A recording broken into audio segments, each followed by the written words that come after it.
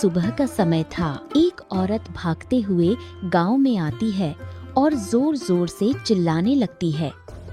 अरे क्या कर रही हो तुम लोग, जल्दी जल्दी घर में जाओ। अरे वो बूढ़ा व्यक्ति फिर से हमारे गांव में आ रहा है, पता नहीं अब क्या प्रलय लाएगा।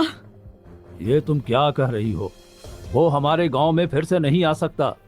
हे भगवान, पता नहीं अब किसकी सामत आई है। नहीं नहीं, मैं उसे गांव की सीमा पर देख चुकी हूँ। वो किसी भी वक्त हमारे गांव में आ सकता है। खासकर लड़कियों को जल्दी जल्दी सब घर के अंदर चले जाओ अब और अपने अपने घर के दरवाजे बंद कर लो।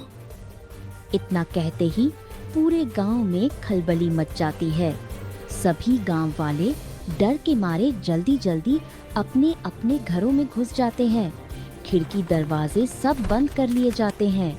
इसी बीच एक बूढ़ा व्यक्ति पूरी तरह सफेद दाढ़ी और सफेद कपड़ों में गुस्से से आग बबूला होकर गांव में खड़ा हो जाता है। मुझे देखकर सभी गांव वाले डर के मारे छुप गए, लेकिन छुपने से कुछ नहीं होता। मैं जिस मकसद से आया हूँ वो पूरा करके ही रहूंगा। मैं लड़की को ले जाऊंगा जो 18 वर्ष की हो चुकी है। वो खुद अपने घर से बाहर निकल आए, वरना मैं जबरदस्ती उठा कर ले जाऊंगा। ये सुनते ही पूरे गांव वालों के पसीने छूट जाते हैं। वही घर के अंदर ये बात सुनकर राधा बहुत घबरा जाती है। आखिर ये बूढ़ा व्यक्ति है कौन, जिसके आते ही पूरा गांव डर गया?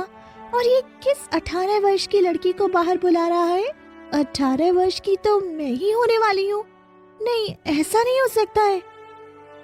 अगर मेरी बात किसी ने नहीं मानी तो मुझे जबरदस्ती करनी पड़ेगी, और अगर मैंने जबरदस्ती की तो पूरे गांव को जलाकर राख कर दूंगा। मैंने 10 शादियां की है और 10 लड़कियों की बलि दी है। अब मैं 11वीं शादी करूंगा और उसकी भी बलि दूंगा। जो लड़की 18 वर्ष की हुई है वही मेरे साथ जाएगी। अगर अपनी भलाई चाहते हो तो उस लड़की को मेरे सामने हाजिर करो। पूरे गांव में डर का माहौल छा जाता है। तभी मुखिया डरते डरते बूढ़े व्यक्ति के सामने आता है। आप ऐसा हमारे गांव के साथ क्यों कर रहे हैं? हम पर रहम कीजिए, हमें बकस दीजिए अपनी कहर से। आखिर तुम अपने घर से बाहर निकल ही गया मुखिया। तुम अच्छी तरह से जानता है कि मैं क्या कर सकता हूँ, और मैं 18 वर्ष की लड़की से विवाह करके उसकी बलि देता हूँ, तभी मेरी अधूरी इच्छा पूरी होती है। मुझे एक 18 वर्ष की लड़की चाहिए, और तुम्हारे गांव में 18 वर्ष की एक लड़की होने वाली है। देखो, कई वर्षों से हम तुम्हें हर साल एक लड़की देते आ रहे हैं, लेकिन अब और नहीं, बस करो। एक खूनी खेल हमारे गांव के साथ क्यों खेल रहे हो?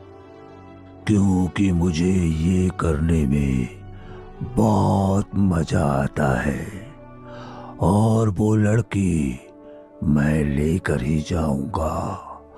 मुझे पता है इस गांव में एक लड़की है जिसके 14 दिन बाद 18 वर्ष पूरे होने वाले हैं।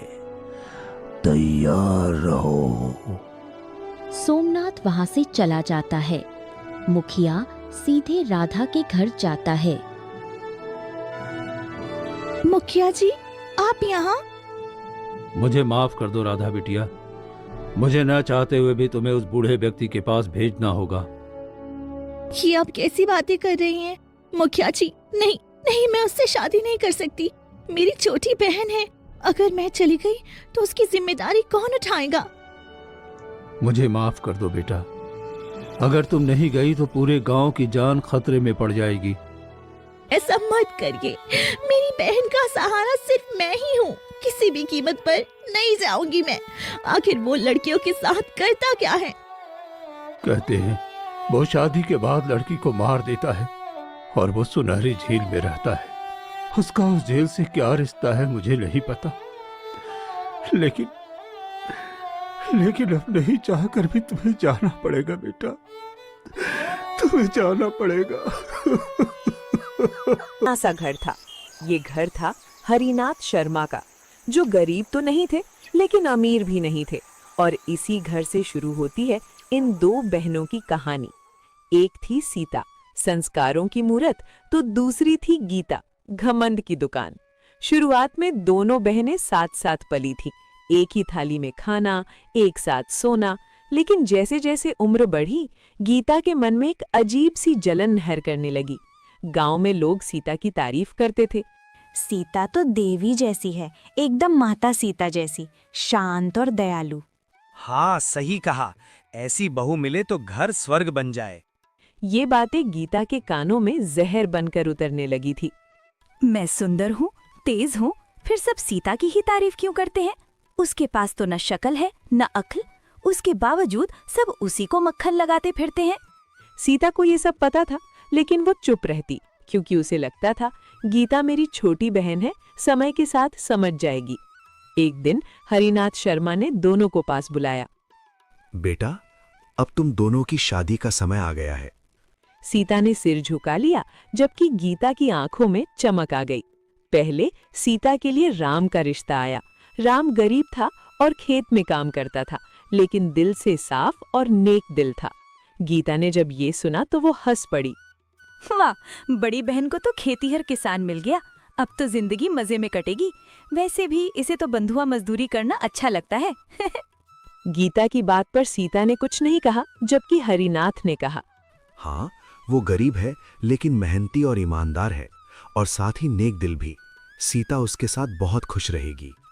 जी बाबूजी, जैसा आप ठीक समझे। वहीं दूसरी तरफ गीता के लिए मोहन का रिश्ता आया, जो एक जाना माना व्यापारी था। पक्का मकान, नौकर चाकर, सब कुछ था उसके पास। ये सुनते ही गीता का घमंड आसमान छूने लगा। देखा बाबूजी, किस्मत भी समझती है कि कौन किस लायक है। हरिनाथ ने गीता को जवाब नहीं दिया, क्योंकि वो उसकी रग रग से वाकिफ थे। खैर, शादी तय हो गई और जल्द ही दोनों बहनों की शादी भी हो गई। सीता शादी करके राम के साथ उसके घर आ गई। राम का घर छोटा था, छप्पर की छत, एक टूटी सी रसोई और कुछ कुछ बोरियों में रखा अनाज। सीता, मेरे पास ज्यादा कुछ तो नहीं है, लेकिन कोशिश करूंगा कि तुम्हें कभी किसी चीज की कमी ना हो। मुझे कुछ नहीं चाहिए राम, बस आपका साथ काफी है मेरे लिए। उधर जब गीता अपने ससुराल पहुंची तो आलीशान घर और चमचमाती गाड़ियां। वाह, इतनी दौलत शोहरत, सब मेरा। अब तो मेरे ऐश ही ऐश हैं। अब तो सीता मुझसे नजर तक नहीं मिला पाएगी।